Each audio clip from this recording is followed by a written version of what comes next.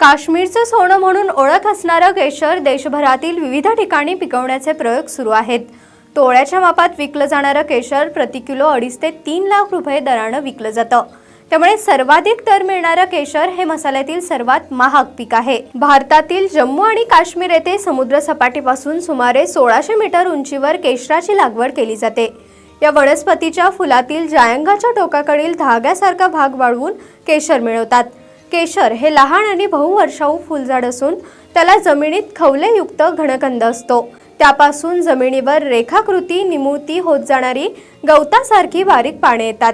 फुले जांभळी एकेकटी आणि पानांसारखी भासणारी असतात। त्यात पिवळे परागकोश असतात। अंडाशय 3 कप्प्यांचे असून कुक्षी केशरी रंगाची असते। कुक्षीचे भाग 2 ते 2.5 सेंटीमीटर लांबीच्या देठाने वनस्पतीशी जोडलेले असतात। हेच केशराचे तंतू असून ते वाळवून केशर मिळवले जाते।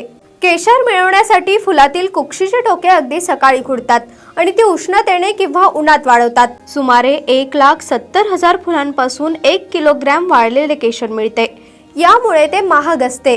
केशराच्या लागवडीसाठी 10 वॉल्ट बियांचा किंवा कंदांचा वापर केला जातो।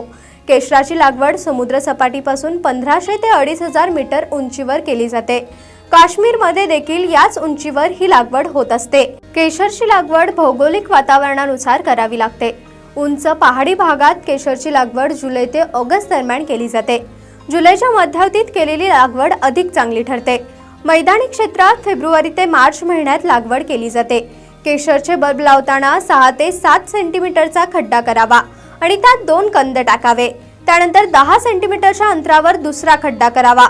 यामुळे कंद चांगल्या पद्धतीने पसरतात आणि उत्पादन चांगले येते आणि बाजारातही अशा केशराला चांगला दर मिळतो। जर तुम्हालाही केशर शेतीच्या लागवडीचा प्रयोग करायचा असल्यास त्याचे बियाणे ऑनलाईन शॉपिंग सेंटरवर सहज उपलब्ध होते किंवा डिस्क्रिप्शन मध्ये देखील आम्ही त्याची लिंक उपलब्ध करून दिली आहे।